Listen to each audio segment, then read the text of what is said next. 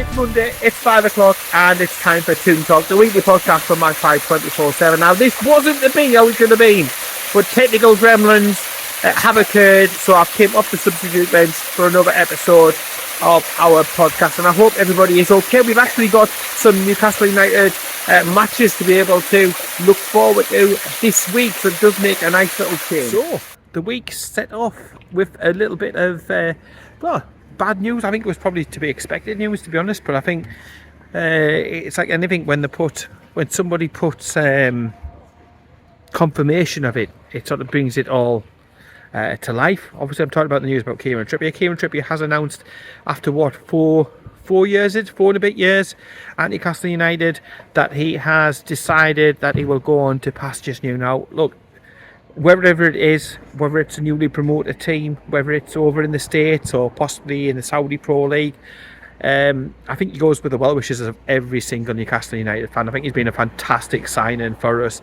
The first signing was always going to be looked upon from the media all over the world, you know, PIF, Saudi State, all these sort of things that have been thrown at us.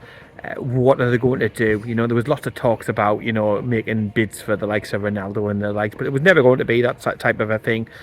Not with the financial framework that's in place and the realities and whatnot. But yeah, Kieran Trippier was that first signing. It does feel like a long time ago, but to me, he's been the absolute and utter perfect first signing. Him showing the way, him going from a Champions League club to what should have been a Championship bound club was something else. Taking a massive pay cut, giving up on Champions League football to come over to help us in our fight against relegation. And I think it tells a lot about the man, to be honest. I think that's absolutely nutty fantastic, uprooting not only himself, his family, you know, back to the UK, back to the northeast, and swapping these sort of temperatures that I've got today, right now, for the likes of rain and wind and sleet and snow that we get seemingly in the northeast all the time. So it does tell you a lot about the man. And he's been absolutely nutty fantastic. A leader both on and off the pitch. It's like having another manager on there. You watch him play, and me and Carl mentioned this lots of times when we were at St James's Park. You watch him play, and he's coaching some of the younger players. Even when he's out there in the pitch, he's telling them what he needs to do, what the expectations. If something isn't quite right, he's not afraid to let people know. He's been fantastic with set pieces, corners, free kicks, and all those sorts of things. And he's going to be a huge miss both for Eddie Howe and for the team in general. You know, leadership is really a difficult thing to quantify and to be able to replace so easily. We've lost the likes of Jamal Lascelles recently from the leadership group. Now we're going to be losing Kieran Trippier. The likes of Jacob Murphy and the likes have stood up and come into the group. Tonali actually wants to go into the group, which is funny given obviously the question marks over his future. But again, you can't put a price. I know we've made some hugely impressive signings since the takeover. Bruno Guimaraes, Alexander Isak, I'll mention it quietly, Sandro Tonali, Lewis Hall, Tino Livramento, but you know, how many of those come if Kieran Trippier doesn't show the sort of balls, if you will, to make that first move? Him taking the brave plunge to be first, you know, proved and showed the way for everybody else to be able to follow. So we'll never be able to thank him enough. Yes, he's had great games. He's not so good games. He's had issues on and off the pitch. You can argue, but for me, all through it, I think he's been absolutely nutty fantastic. And yeah, Eddie Howe's got a massive job on his hands to be able to replace him. Back to the apartment, back to the balcony, and I thought I'd just continue on for toonTALK. There was a lot of noise down there and stuff. There's probably going to be noise and stuff here, but you know, not got the normal studio surrounding, so you've got to mend and make do, haven't you? You really do. But yeah, no doubt Kieran Trippier is going to be a massive miss to Eddie Howe and for the rest of the lads. We have lost leadership, but there's rumours still about Bruno, Willie, won't he? It's going to be one of those sagas of the summer, and I just hope we have learned lessons of what happened with Isak and we don't repeat the same mistakes as what gone by. If a player doesn't want to stay, whether it is a Bruno or a Tonali or a Livramento or a Gordon or whoever, nobody is bigger than the club. It's important that it's identified really quickly and it doesn't drag out. There's no point of banking money at the last minute and looking around for panic deals. We tried that last summer and it didn't work. I still think we've got some good players from last summer, but have we seen the best of them all? Probably not. So look for Newcastle to make quick, decisive moves, you would feel, in the transfer market. Look, there's a World Cup this summer as well, as long as everybody wants to go still, of course. But there's still going to be a World Cup this summer, and you would think that there would be business done before that. A few bits done during the whilst it's happening, but the majority is done before and afterwards. So let's if players want to go, if players feel that they need to progress in their careers or whatever, look, the grass isn't always greener, and lots of players have found that when they left Newcastle United. It wasn't as good, it wasn't what they said it would be when they had the sales pitch, when people were in the agencies. But look, if players want to move on, then so be it. But it's about setting definitive prices that we're going to stick by. That, look, if somebody comes in for Tonali, his price is 90 million, 100 million, however many million it is. And look, if you want to pay it. If you don't, then we've really got no interest to sell in any other way. We're not desperate to sell. So if somebody wants to come in from one of our players, it will be at a premium. It will be at a great price. And then it's up to Newcastle United to reinvest. Now look, this is something that we did really, really well.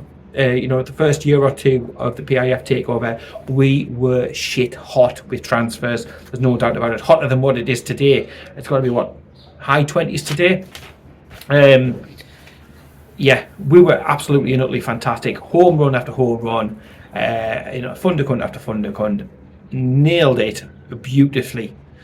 However, we had that little break, didn't we, because of the old PSR situation. We couldn't really do much in the transfer market. And we get to last season, and it was rushed. It wasn't on our terms. Other clubs were dictating, coming in for our players, and then leaving us having to scramble around to, try and fill the breach. I still think some of those players are going to come good. Anthony Elanga, for example. Look, there is a player there. There's no doubt about it. He's got so much skill. It's unbelievable. Absolutely fantastic. Pace to burn.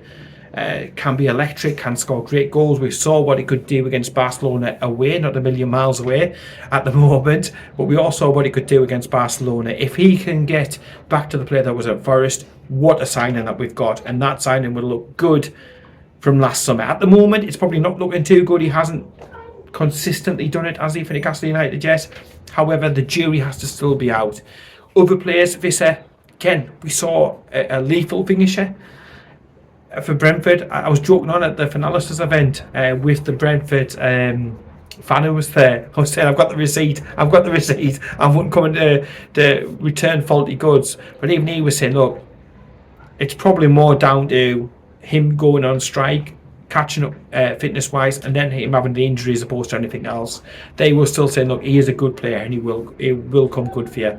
So hopefully, again, we'll see the benefit of a fully fit and focused and firing Johan Wisse next season. And then, Malik Chow, fantastic. I think he's been one of the players of the season. Yes, he's looked a little bit fatigued recently. I think, how many games he's played, that was bound to come at some point over the season with the intensity of the Premier League. But no doubt about it, Chow is an unbelievable signing. And I'd be shocked if there wasn't teams in for him this summer, to be honest. And then the other signing, obviously, Voltemada. Now, you don't score the goals like he scores, the likes of which at Brighton, the little back healer and stuff, if you are not a fantastic striker. For me, now, as I'm speaking and recording this now and the end of the season, I would like to see him back as a striker. I think most people would. The midfield experiment, I wouldn't say has failed. I think he's grown into the role, but it's obviously something he's not particularly comfortable with. He needs to be in the box. He needs to be getting shots away. Can he get the ball from our own box, run the length of the pitch and put the ball in? I doubt it.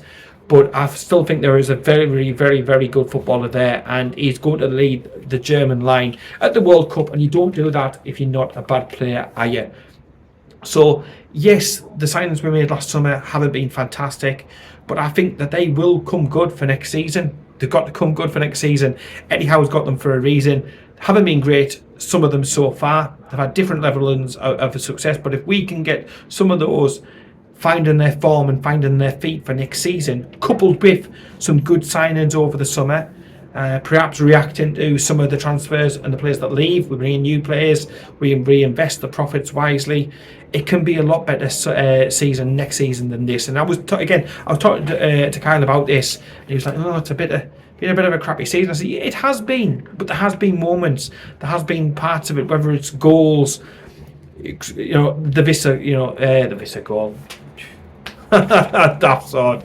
The Asula goal against Manchester United, moments like that. I've had a couple of drinks, I must admit, at this thing, so if I do make a couple of stumblings, then that has to be taken into consideration. I am the emergency substitute for today's episode, but the Asula goal was absolutely wonderful. The 4-3 comeback against Leeds, it was crazy that because Carl was actually away for that game, his missus has booked a holiday up, and I was there with another member of the team from Magpie 24/7, Tony. He was adamant we were going to win it 4-3, and when we scored the 4th goal, I picked up a flag in the East Stand and ran what felt like the entire length of the East Stand, carrying a flag, going batshit crazy. So look, there has been moments. The games in Europe at home, we've had some good victories against the likes of PSV, Benfica. We pushed Barcelona to the limit at home, both in the opening game where we lost 2-1 and the 1-1 where, look, we were cruelly denied a victory there. Let's face facts. The season on a whole, potentially no Europe, although I still think we could make some sort of European competition, and no cup. On the face of it, isn't great, but there has been some moments, there has been some flickers of hope, and what we've got to hope, really, as fans, is that those moments sort of knit into one another, and we have more moments and more victories and more fantastic goals next season, and we get back on track, because there's no doubt that this year has set us back a year or two. I think PIF, the ownership, Rubens and everything would have wanted definitely another Champions League campaign, and to be honest, with another victory or two, if you think about the points, 22 of them that we've thrown away this season from winning positions, you add them into the tally and we're right up there. So the margins are so small. So I think with some good signings over the summer, shifting out some of the players who need to be shifted out, saying goodbye to some of the ones that would be hard to say goodbye to, I think we can have a really good campaign next time around. Because the Emil Crafts of the world will go, the Matt Targets of the world will go. There's what, 160, 170,000 pound a week off the wage bill. Lascelles went, there was another 50, 60,000 pound off the wage bill. So we're going to be able to bring in replacements and better replacements. We're going to be able to reward the likes of Lewis Hall, hopefully Tino Livramento, with improved and better contracts that convince them to stay at Newcastle United. And for the likes of them as well, it's worth remembering, like I touched on before, the grass isn't always greener, and you're getting regular Premier League minutes at a huge club like Newcastle United. You're worshipped by the fans, and there's a lot worse places to play your football at. You look at the history of players who have left, and how many of them have realistically gone on to bigger and better things. Not many. So yes, agents are whispering, yes, there's extra money to be had, but it really isn't the be all and end all of absolutely everything. And I hope, and I think that they will realise that. And as I've touched on previous videos, in years gone by, I was gutted over the old Isak saga, losing a player like that, losing the goals, the focal point of one of the world's best strikers. Look, I was in Tunisia last year, and people were asking me about Alexander Isak. It was mental at the time. But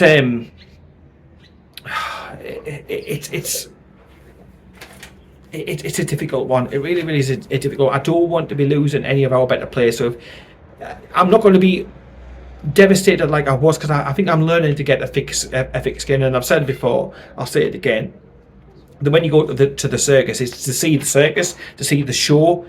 That might be the same at a theatre production or something like that. You go to see the show. You don't necessarily go to see a specific clown or specific actor playing a role or actress playing a role there. You go to see the show. I go to support Newcastle United. Players come and go. The fans don't change, and the club itself doesn't change. And those are the fundamentals. So look, we may lose players. It may be hard. Maybe difficult ones to swallow. But I think it's what's happened over the summer has learned me to get a thicker skin, to the point where if Sandro Tonali goes, I'll be obviously disappointed and sad, but I won't be as gutted as what I was last season when Isak went, because I'm learning that in the big scope of things, with all the money talks and the way football is these days, we need to get more and more used to this. I think the only one that is genuinely going to sting, if it happens, would be Lewis Hall, because again, I've been held up on this several times, but I still maintain that Lewis Hall is our MVP. Now, MVP of analysis, I don't know how I managed to win that prize, but McIntyre gave me the award. It's normally above my shoulder when I'm doing the videos. But for me, Lewis Hall is our MVP. He's the one player that I wouldn't... He's the least... If I had to put them in order of who I was going to lose from most, acceptable to least acceptable, he'd be the least acceptable for me. I think he's absolutely fantastic. He can play left back clearly. He's done a job at right back for us when we've needed him to, and I think he's quite comfortable in midfield. And you can see that he has played midfield several times as well. But for me, I love Bruno, of course. Everybody loves Bruno. He'd be my second on the list. But for me, Lewis Hall, I would keep whatever Matt Targett's getting wages, and we've been heavily subsidising that bloke's wages whilst he's been on loan at Middlesbrough. I take that money and I say to Lewis Hall, and there you go, sign a 6-year contract, please, because he can be our left back for years and years and years and years to come. He is fantastic, and I'd get that deal done before the World Cup, because I think he goes with England, and I think he's the #1 pick for left back, and I think he's a fantastic World Cup. Barcelona's already sniffing around him. Other clubs are sniffing around him. Chelsea are absolutely kicking themselves that they let him go, for peanuts in reality. So everything taken into consideration, throw whatever you've got to at Lewis Hall to be able to get him to stay. There's lots of work to do on our squad, there's no doubt about it. I think we need 3 or 4 goalkeepers. I think we need a centre back. I think there's players to go. I think we're probably going to lose Tino Livramento in all likelihood. I think we're going to need 2 right backs at least. We're going to need another midfielder, because I think Joe Willock's going to go. He needs first team football. Can't hold it against the lad, to be honest. He has shown flashes this season that, of getting back to the player that he can be, but he's down the pecking order at Newcastle United. So I think he will go. Another midfielder will come in. I think there will be another wide attacking midfielder brought in, perhaps more than one, depending upon the situation with Anthony Gordon. If he stays, I don't think we need to go out and recruit maybe as much in these positions. But if he does depart for pastures new, if he goes to Liverpool to replace Salah or something, then clearly he will have to be replaced, and that will be a difficult job in itself as well. And that'll be another blow to Eddie Howe, because Eddie loves Anthony Gordon, there's no doubt about it. And then up top, I think we do need help. Even if Visser stays, even if Voltemade stays and is used as a striker, I think we need another striker, because I think Asuna goes. I think Asuna's going to Germany, and I think he'll go with a buyback clause in it. So he might go for 20-25 million. We might have a 35-40 million pound buyback option on the lad. It's going to give him first team football. It's going to give him what he wants. He isn't happy with the amount of football that he's been playing, according to everything that I've read. He must be stressed. Again, not in the know at all. My feelings and what I've read, totally. But I think Asula goes, and I think he goes for a bit of a tidy profit, to be honest, as well. But I think we'll need another striker to be able to bring in up top. I think you need at least 3 strikers, if not 4 strikers. But Sean Neve, I think he deserves some minutes between now and the end of the season. Let's have a look at him. Could he be 4th choice striker for next season? Why not? Let me know in the comments below. And that's another key thing about the rest of this season. I want to get to the fixtures that we've got left very, very shortly. I've got them wrote down here, because I've had a few drinks. I will, again, highlight that. You've got to have, the weather like this. But look, for the rest of the season, we need to be playing smart, and this is why conversations need to happen with the likes of your Tino Livramentos, with your likes of your Sandro Tonalis and stuff, and just cards on your table type job. A little bit of honesty, a little bit of transparency. Do you, don't you? Is there a possibility? Is there not? Are you committed? Are you listening to possibly other things? It's difficult with everything that you read, but I think some honest conversations have to happen, and we need to be able to learn things between now and the end of the season. So I'm looking at, for example, Leo Shahar. Leo Shahar has got a contract for next season, but I don't know, as I sit here on the balcony at the moment, whether Leo Shahar is good enough for the first team for Newcastle United. So Trippier is, as much as I think he's been a cracking signing for us, We know, and we've learned as much as we can about him. For me, he'd be on the bench still, of course. I'd be playing Tino to get him back up to the levels that we know he can be at, because I think he's been a little bit off it in games so far since he's returned from his latest injury. But I would be giving Leo Shahar 5-10 minutes at the end of each game. Let's see him. Hopefully, Crystal Palace next up, next Sunday. You're 2-0 up with 10 minutes to go. What's the problem in chucking him on and having a look at him? You're going to learn something about him. Can he cope with an intimidating atmosphere? Can he cope with the weight of the shirt? Can he cope with seeing a game out? Can he cope with all of those sorts of things? Know when to attack, know when to get back, hold the shape. Can he keep, the basics, the fundamentals? If we do that and we learn, we then know going into next season, which is a huge season for Newcastle United, is he part of the plans, or is he just another player who is making the numbers up? Similar with Alex Murphy. I'd be giving him minutes, 10, 15, 20 minutes at the end of the game, bringing him on, giving Lewis Hall a bit of a breather or whatnot, and let's just see, can he do it? Is he consistently? Because look, I've spoken to Bolton fans who have said, I can't believe he's playing in the Premier League for you lot. But to be honest, when he's played for us, I don't think he's looked bad at all. So I want to personally learn about the Alex Murphys of the world, about the Leo Shahars of the world, about the Sean Neves of the world. And something I think Eddie's not done enough of at his time at Newcastle is throw the youngsters up, because look, he's complained about tired players, tired legs, etc, etc, but then against Karabakh, when you all those goals in advance, why not throw one or two more of them in and just see what could happen? The worst case scenario is they absolutely freeze on the big scene and you've got to bring one or two of them off and you use one or two of your substitutes up. When we had that much of an advantage, would that really have been that much of a problem? For me, not to question Eddie Howe, of course. He clearly knows far more than what I'll ever know about football and football management. But perhaps a suggestion, let's use these remaining 7 games. Let's learn as much as that we can, so that when it comes to the next season, we're ready to hit the ground. So let's get the transfers done nice and early. Let's do as much learning as possible, so we have got a settled squad. We all seen what happened with an unsettled squad at the beginning of this season, with the whole Isaac drama carrying on and whatnot. It was an absolute and utter fucking nightmare. So we don't want a repeat of that. Again, learning your lessons, learning about the players that we've got, who can cope, who can't cope, learning the lessons of the mistakes that we've made previously, and becoming a better football club. That's what it's all about. And I'm convinced if we spend smartly, if we do our business nice and early, get them in before pre-season starts, get the players out who don't want to be here, do all of that, learn the lessons this season, try and finish as strongly as what we possibly can, and then who knows from there. I still think, look, if we'd have beaten the Scum last time out, then anything was possible with regards to Champions League, because nobody seemingly wants Europe this season. Despite the inconsistent form that we've showed this year, we still could have got it.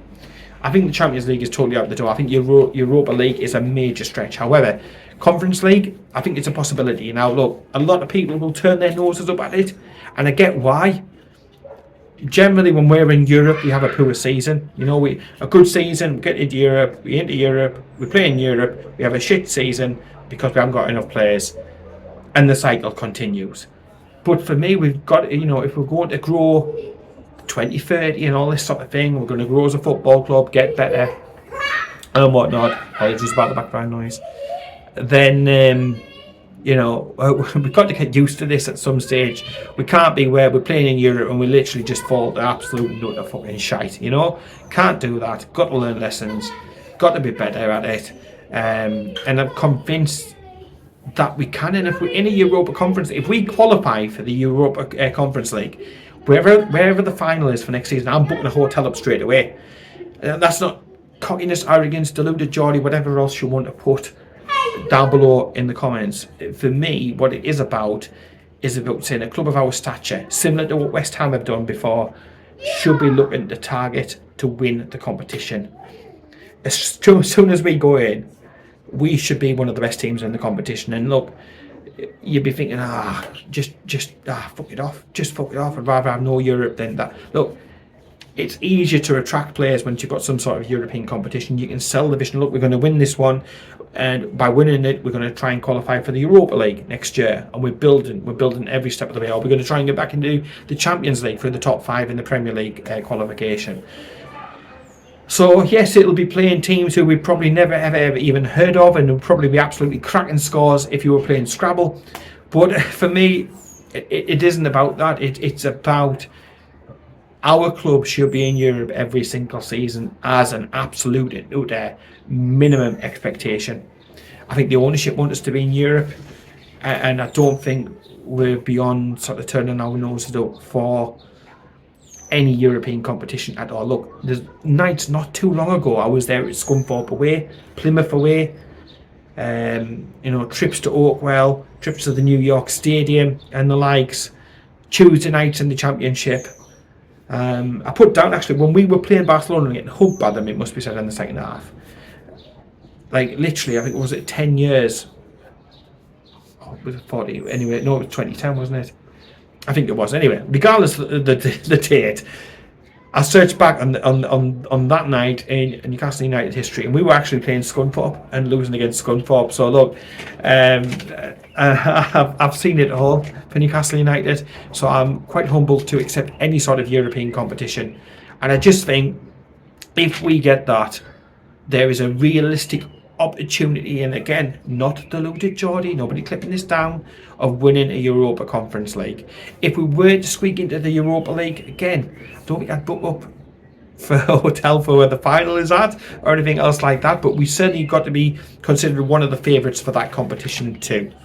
So let me know down below what you think about that. Deluded, you let me know down below. Optimistic, seen it all, have faith in the club, the team, the management, the players. Yes, I do. I've got a strong belief we're going to get this summer right, like we did for the first summer. In the first couple of transfer windows, we nailed it with PIF and the Rubens and everybody in charge. I think we're going to do it again this summer. It's going to be a good summer. We're going to get some of that stability going, and obviously, just remember that united together, we always do better. That's where we get our greatest strength. Don't let the Southern press get in there and try and create wedges and division, because they love it. It fills column inches, and it's all clickbait and all that sort of shit. So I just don't buy it. They can try as much as they want. I base everything I talk about on what I see and what I read of people I actually respect and who I think may have contacts at the club, the best interests of the club at heart, and so on and so forth. But look, I said I'll get to the fixtures, and that is what we're going to go to next. Now, as I'm recording this on the Sunday, Easter Sunday. It's going to come out obviously Monday, 5 o'clock every week for toonTALK. Emergency substitute, so everything taken into account. Please be kind when it comes to thumbs up and all that sort of thing. But we start this process now of one match every week. Eddie Howe has got no excuses, no wiggle room, no nothing. He's got the perfect situation. Train all week to prepare for a match at the weekend, and the excuses are gone. The wiggle room has gone. There's no more we can afford to throw one game or whatever. It has to be a laser focus on getting the performance right, preparation right, set pieces, corners, tactical plays, everything to an ant's knob, worth of detail. We need to be looking in minute detail at each one of these games and working out how we get the points. Well, it's a good point away from home and out like that, because that wiggle room has gone. We're 12th in the league. We've got 7 games to go, so it is literally last chance saloon type job. And it's getting last chance saloon because the bar will be open downstairs shortly for the evening's entertainment, so I can't spend too much longer on. But look, like I say, this week we've got Palace this weekend on Sunday, and it's a big game, this stadium. It's not really that intimidating, is it? It's a bit of a bog standard one, create a little bit of noise down at Palace, but now overly, to be honest. They are not having a great season as well. They will be wanting the points to be able to stem off or fend away any sort of relegation worries. If we go down there, if we can get the points, I think that's, with players back, your Fabian Schär's back, and You know, hopefully one or two others, maybe Bruno being back. If we can get one or two of those injured players back, especially Bruno. He's the glue, isn't he? He's the glue that holds it all together. Without him, it literally just go to ratchet, don't we? But if we can get some of those players back, get the 3 points down to Sellers Park. It won't be easy. They're going to be fighting for their lives and stuff like that. But hopefully our better quality should show. If it does get the 3 points, that will be welcome, because it takes the pressure off. Because if we don't, the atmosphere for the Eddie Howe derby at Bournemouth will be spiky, to say the least. Fans were pissed off royally after the Sunderland game. There's no way to mince my words, to be honest. I'm out and about, so trying to keep things quite on the low. But the atmosphere was toxic at the end of the Sunderland game coming out. It really, really was, and understandably so. Eddie Howe accepted that and he accepted the responsibility for the performance and the result at the end of the day. But if we lose against Palace, the atmosphere is going to be very, very negative against Bournemouth, and you can easily then go into a spiral of defeats. We don't want that, so we're going to get Palace out of the way. We're going to go down there and hopefully get the victory. We've got a better squad for them. We're in a better position than them, despite the fact we haven't been great, have we, this season. But get 3 points against Palace, Bournemouth at home, Eddie Howe derby. It's simply the only thing I can think of. I know Bournemouth are a really good team. They're having a good season. They've got some good players. They always seem to get good players because their scouting is excellent. For a club their size, it's unbelievable that they are fighting to the heavyweight status that they are. In all honesty, comparing to Bournemouth and Newcastle United is like comparing Barney the dinosaur and bloody T-Rex. But it is what it is. We've got to take it seriously, just like against Palace. We need 3 points against Palace. We need 3 points against Bournemouth. And then that takes us on to Arsenal. Fucking hell. Look, I was watching them and pissing myself last night. The wheels have well and truly fallen off. I think against Southampton, they were probably sitting there thinking, look, we've just got our asses handed to us at Wembley not 2 minutes ago against Manchester City. So, yeah, I think we need to avoid a repeat of that. So they're probably just... yeah, I'll just give up in this game against Southampton. But this is what I've said about Arteta all the time. I think he thinks he's champagne when he's more like lemonade, shall we say. He's all fur coat and no knickers type job. There's no substance to the bloke. There really isn't. He has a... he really thinks he's better than what he is. He's not humble at all. He'll blame anything else or anyone else but himself. And for a manager who's won absolutely and utterly nothing, it is hilarious how much Arsenal are playing. Now look, we'll probably go down there and suffer a defeat. I've no doubt about it. Barring the League Cup first leg last season in the year that we won it, we don't do well down there. Was it the Carroll game? Might have been the Carroll game before that we'd done anything down there. We historically don't do very well down at the Emirates. I don't expect us to do very well down at the Emirates, but you never know. The wheels are falling off the old bandwagon with Mikel Arteta and Arsenal, so you never know. We get the first goal, the crowd will turn on in absolute 6 minutes straight away. They'll be on Arsenal's back, and their fans will be thinking, oh my word, could this be another season, despite our lead, despite all of these wins in a row, despite the transfers, despite everything else, where we failed to win absolutely anything. It would be as funny as fuck. And it should be on the Comedy Central type thing, shouldn't it? It really should. But we'll see how that one goes. If we can get something down there, even a draw does put a spanner in the works. It would be funny. And to hear the Newcastle United faithful singing, "It must be the ball," Mikel Arteta, "It must be the ball," would be absolutely and utterly class. And to stop them from potentially getting a Premier League title again would be great also. So who says that, and who said that there isn't things to play for this season? We could literally cause Mikel Arteta to spit his dummy out of the pram and the Arsenal fans. And they're very, very easy to wind up. They're a very, very fickle bunch on the edge all of the time. But I've said all along, I think Manchester City will end up coming back and nipping them for the Premier League. And I still stand by that because Pep is a serial winner and Arteta is a serial mentalist in my book. I wouldn't want him, if I had to choose between the two to manage Newcastle United, it wouldn't be Arteta, let's put it that way. So after Arsenal, which is going to be a tough game, clearly, on paper, giving them all the respect in the world and stuff, because I know it'll be clipped up, We've got Brighton at home at St James's Park. This is our penultimate home game of the season. And again, Brighton, another club who get their recruitment right. If they're selling a player, they've already got his replacement in the building, and that is where we need to get to be honest, in future windows. I hate to say we need to become the next Brighton because, you know, they're not from a hotbed of football. They're not a particularly attractive or glamorous club, shall we say. But look, there's a lot of symmetry. We know we came up with them, didn't we? Had that battle for the championship trophy and everything. And I wish nothing but the best for Brighton because they punch above the weight, they do it the right way and everything. They play some good football. But we need to get a little bit smarter like them with regards to recruitment and data. And I think we are. I think there's a lot of work on that sort of thing going on behind the scenes. So, interesting times. Brighton will be no pushovers, there's no doubt about that. They will come and they will take it to us. And if we are not at our A game again, you can see how, you know, you lose against Palace, you potentially lose against Arsenal. You could be on a bit of a losing road, but I'm trying to think positively because I think we're capable of getting points against all these teams.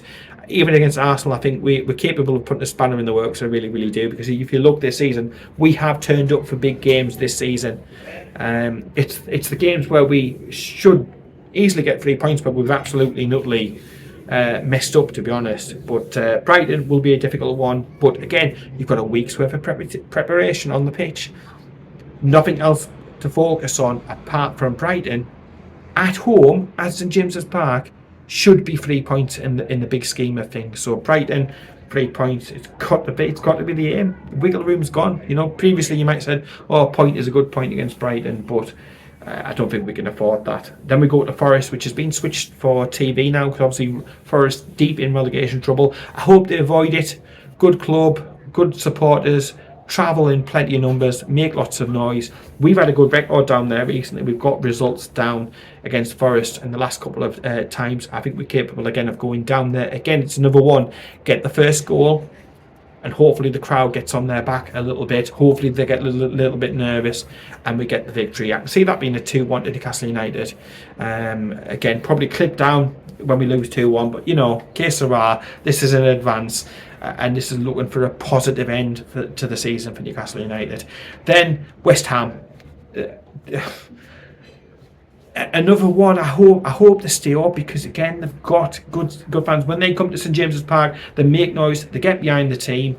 They've had a crazy season. They've had some absolutely batshit performances. Months where they've looked absolutely terrible. New managers going in, limited success. Starting to come, but I think they should have enough to get over the line. We've got to be careful, but again, at home, at St James's Park, we should be talking about 3 points, should we not? Again, with a full week of preparation for Eddie Howe out on the pitch, which is what he wants, what he likes, what he's kept banging on about, training time. 3 points at home to West Ham, I would say, would be what most people would say. And then the final game of the season, it's the 11th of May, away to Fulham, and I know Kyle's going to be down there for that game. He can't wait for that one. He's down there on doing some other stuff, so he's heading over to take in that match.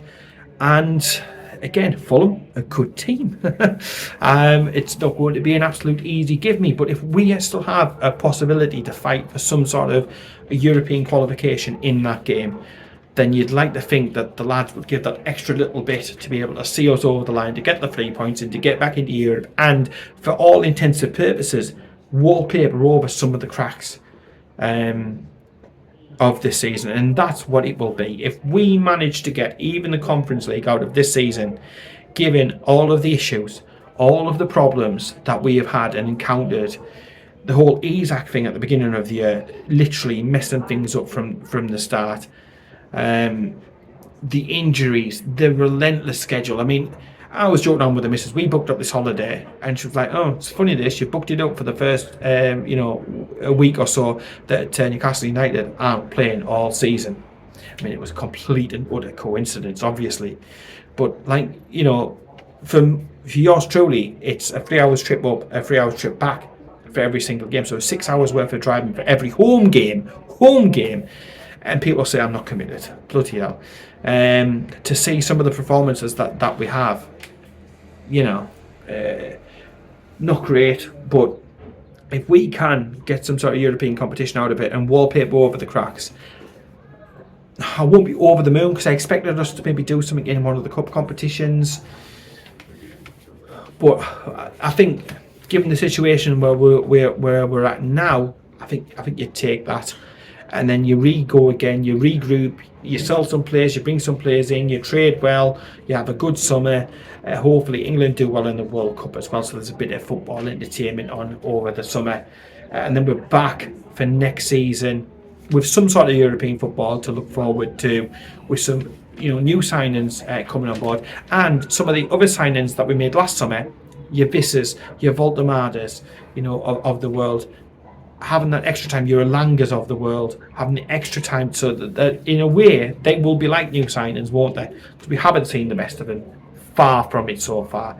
So we see the best from the players from last summer, coupled with some more new exciting signings who just hit the ground straight away, and that's what we need. Like what we did, for the first window or two under PIF, then we can have a much better, time next season. And clearly there are going to be things like right in the derby record that has to be right up there, because it's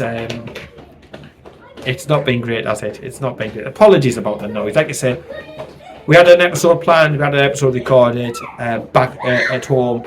Actually, it was crossed from Belgium, where Ian's based, over to the UK. We had an episode sorted, but audio issues. I've come off the bench, so apologies. It's not the usual surroundings and studio and the likes, but I didn't want to miss an episode for toonTALK.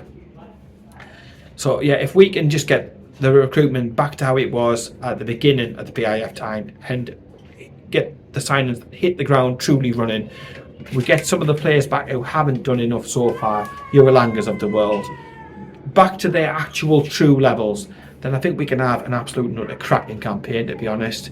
And I'll look forward to it. Yes, 5% extra.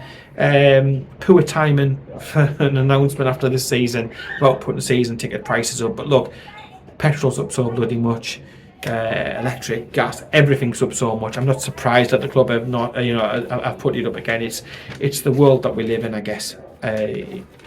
Unfortunately, at the time, I wish it was different. I do. It cost me a bloody arm. Like I talked about, me 6 hours of driving. Imagine how much fuel money that costs. It's costs an arm and a bloody leg. So I'm going to leave it there. Let me know what you think about recruitment. Your thoughts about the summer. Can we bounce back next season? Do you think the likes of Elanga, Visser, Voltemade, Chow will continue to improve next season? We'll see much better version. Imagine Chow even better. That is food for thought, isn't it? And with regards to transfers, who would be your priorities? What's your priority positions? The club have talked about a striker quite a lot, a goalkeeper quite a lot. What's your priorities though? What do you think we should target earlier? And personally, for me, I've been saying all along, Nick Pope needs to be nowhere near. Look, he's got crisp packets of hands. Since that shoulder injury, he was pretty class beforehand, but he's not been the same lad since that shoulder injury. And Pope probably needs to go. Ramsdale's not worth £20 million. He's certainly not worth over £100,000 a week. So to me, goalkeeper, because I think your goalkeeper, you take out the areas that goalkeepers have cost us this season, and again, you're talking 4 or 5 elite positions up higher. The amount of errors we have give away, the amount of points we've dropped from winning positions is criminal, absolutely and utterly criminal. So that would be my wish, a goalkeeper or 2 or 3 or 4, because I think we need a couple, because I think Ruddy and Gillespie should go as well. A few goalkeepers, a striker, and another midfielder would be up there, but if I had to put a number 1 priority, it would be goalkeeper. I do. James Trafford, did you see him? What did you think of that? What did you think of his performance? Let me know. He's not happy at being a bit part.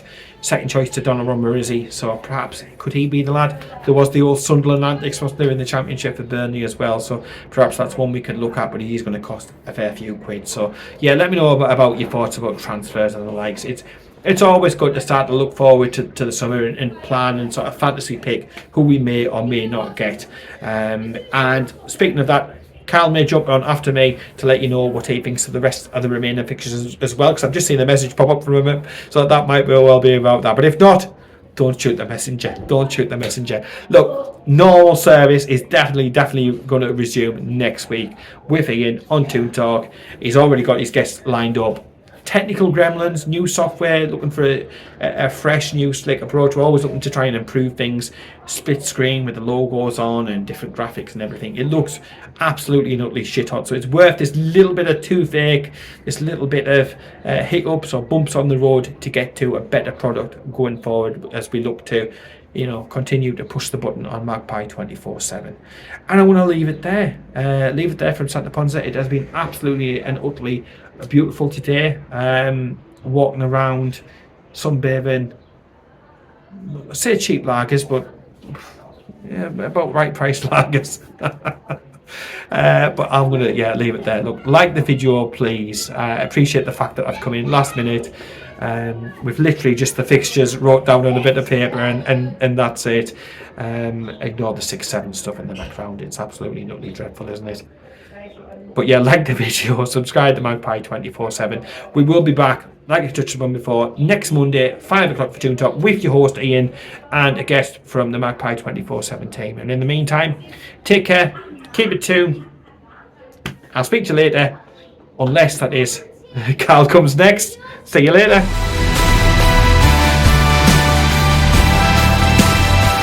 Join us Monday for toonTALK, a Newcastle United podcast from Magpie 24/7.